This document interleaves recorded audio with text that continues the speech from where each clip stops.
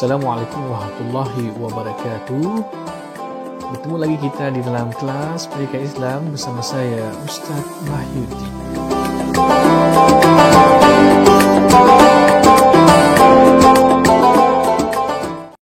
Assalamualaikum warahmatullahi wabarakatuh. Para pelajar sekalian, hari ini kita akan membincangkan pelajaran ke-10 bidang fiqh di bawah tajuk Akidah Ahlussunnah wal Jamaah. Mari kita lihat ta'rif Ahlussunnah wal Jamaah. Ahlussunnah wal Jamaah ialah kumpulan majoriti umat Islam yang memahami dan berpegang pada Al-Quran dan As-Sunnah menerusi para sahabat dan tabi'in serta tabi'in dalam prinsip akidah, syariat dan akhlak. Kumpulan Ahlussunnah wal Jamaah dikenali juga dengan berbagai-bagai nama. Antara yang masyhur ialah As-Salaf As-Salih, As-Sawwad Al-A'zam, Al-Asy'ariyah, Al-Maturidiyah dan Ahlul Hadis. Apakah prinsip Ahlussunnah wal Jamaah? Yang pertama, iman ialah kepercayaan serta keyakinan dalam hati, pengakuan dengan lidah dan beramal dengan perbuatan sebagai bukti kesempurnaan iman. Yang kedua, segala perbuatan manusia dicipta oleh Allah Subhanahu wa taala, namun manusia diberi pilihan atau kehendak untuk melakukannya atau tidak, serta dihitung baginya dosa dan pahala. Yang ketiga, meyakini kewujudan perkara-perkara ghaib seperti yang diwahyukan dalam Al-Quran dan As-Sunnah, antaranya termasuklah persoalan kubur, hari akhirat, titian sirat, mizan, malaikat, jin dan sebagainya. Yang keempat, meyakini bahawa syurga dan neraka telah wujud sebelum dijadikan makhluk. Kewujudan syurga dan neraka adalah kekal selama-lamanya.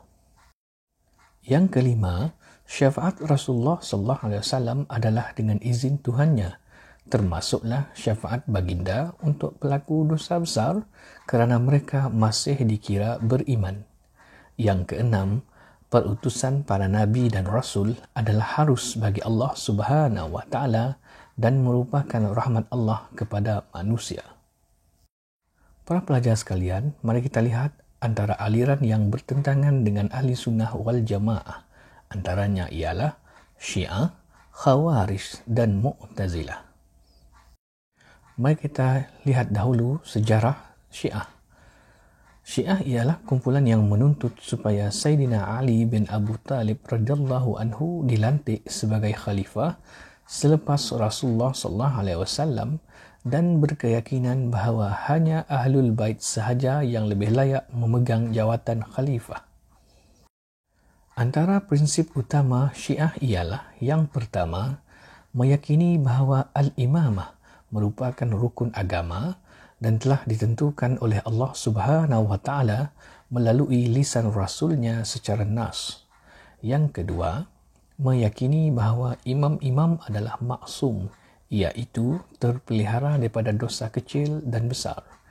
Yang ketiga, menyanjung Sayyidina Ali radhiyallahu anhu secara keterlaluan sehingga disamakan dengan Rasulullah sallallahu alaihi wasallam. Yang keempat, mengamalkan at-taqiyah, iaitu menyembunyikan sesuatu yang boleh membahayakan diri atau harta bendanya dengan menampakkan sesuatu yang berbeza dengan hakikat sebenar. Yang kelima, menambah nama Sayyidina Ali radhiyallahu anhu dalam syahadah selepas nama Nabi Muhammad sallallahu alaihi wasallam. Kita beralih pula kepada Khawarij. Antara sejarahnya ialah kumpulan pengikut Sayyidina Ali bin Abu Talib radhiyallahu anhu yang berpaling dadah kerana tidak berpuas hati dengan keputusan Majlis Tahkim. Antara prinsip utama Khawarij ialah yang pertama, jawatan khalifah atau imam hendaklah diserahkan pemilihannya kepada rakyat untuk memilih sesiapa sahaja daripada kaum muslimin yang layak.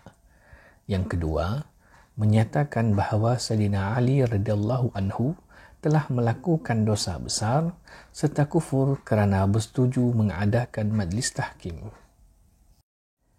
Yang ketiga, wajib keluar menentang pemimpin atau khalifah yang tidak adil. Yang keempat, beriktikad bahawa orang yang melakukan maksiat dikira berdosa besar dan kafir. Seterusnya, kita pergi kepada aliran Mu'tazilah. Sejarah kumpulan ini ialah kumpulan yang diasaskan oleh Wasil bin A'ta setelah berlaku perbezaan pendapat antara beliau dengan guru beliau, Hasan al-Basri, tentang kedudukan pelaku dosa besar. Antara prinsip utama Mu'tazilah ialah yang pertama, at-tauhid, menafikan sifat ma'ani pada zat Allah Subhanahu wa taala. Yang kedua, al-adlu, meyakini bahawa manusia bertanggungjawab sepenuhnya atas perbuatan mereka sama ada baik atau buruk tanpa ditentukan oleh Allah Subhanahu wa taala. Yang keempat, al-wa'du wal-wa'id, meyakini bahawa Allah Subhanahu wa taala wajib memberikan balasan baik kepada orang yang taat dan ancaman azab kepada orang yang melakukan maksiat. Yang keempat, al-manzalah bainal manzilatain, meyakini bahawa pelaku dosa besar berada pada satu kedudukan antara mukmin dengan kafir dan mereka kekal di dalam neraka. Yang kelima, al-amru bil ma'ruf wa nahyu 'anil munkar, meyakini bahawa menyeru kebaikan dan mencegah keburukan adalah wajib ditegakkan dalam keadaan apa sekalipun. Seterusnya, para pelajar sekalian, mari kita lihat apakah pandangan Ahli Sunnah wal Jamaah dan aliran yang bertentangan dengannya tentang beberapa isu. Isu yang pertama, adakah Al-Quran makhluk? Ahli Sunnah wal Jamaah meyakini bahawa Al-Quran merupakan kalam Allah Subhanahu wa ta'ala yang bersifat qadim, iaitu sedia ada. Mu'tazilah mengatakan bahawa Al-Quran adalah makhluk yang bersifat hadis, iaitu baharu. Isu yang kedua, melihat Allah Subhanahu wa ta'ala. Ahli Sunnah wal Jamaah meyakini bahawa semua orang beriman dapat melihat Allah Subhanahu wa ta'ala pada hari akhirat kelak. Mu'tazilah mengatakan bahawa adalah mustahil makhluk boleh melihat Allah Subhanahu wa ta'ala kerana Allah tidak menyerupai makhluk. Isu yang ketiga, pelaku dosa besar. Ahli Sunnah wal Jamaah mengatakan pelaku dosa besar tetap dikira sebagai mukmin, bukan kafir, dan dihukum fasik jika tidak bertaubat. Khawarij menganggap pelaku dosa besar dianggap kafir, manakala Mu'tazilah mengatakan pelaku dosa besar berada pada satu kedudukan antara mukmin dengan kafir dan mereka kekal dalam neraka. Isu yang keempat, qada dan qadar. Ahli Sunnah wal Jamaah meyakini bahawa setiap perkara baik dan buruk datang daripada Allah Subhanahu wa taala dan Allah Subhanahu wa taala mengurniakan manusia akal untuk berfikir dengan berikhtiar untuk memilih antara baik dengan buruk. Mu'tazilah meyakini bahawa setiap perkara baik dan buruk datangnya daripada manusia semata-mata. Isu yang kelima, kedudukan iman. Ahli Sunnah wal Jamaah mempercayai bahawa iman boleh bertambah dan berkurang bergantung pada amal soleh dan maksiat yang dilakukan. Khawarij dan Mu'tazilah mengatakan iman tidak boleh bertambah dan berkurang. Iman ada apabila melakukan kebaikan dan iman hilang apabila melakukan kemungkaran. Para pelajar sekalian, apakah kepentingan berpegang dengan akidah Ahli Sunnah wal Jamaah? Yang pertama, menjadi asas penerimaan sesuatu amalan. Yang kedua, mendapat keredaan Allah Subhanahu wa taala. Yang ketiga, menghindarkan umat Islam daripada fahaman yang melampau, membersihkan akidah daripada sebarang bentuk kekeliruan. Yang kelima, memelihara kesucian agama Islam. Yang keenam, menjamin keamanan negara. Yang ketujuh, mengelak umat Islam daripada terjebak dengan ajaran sesat. Begitulah tadi huraian tajuk Akidah Ahlussunnah wal Jamaah.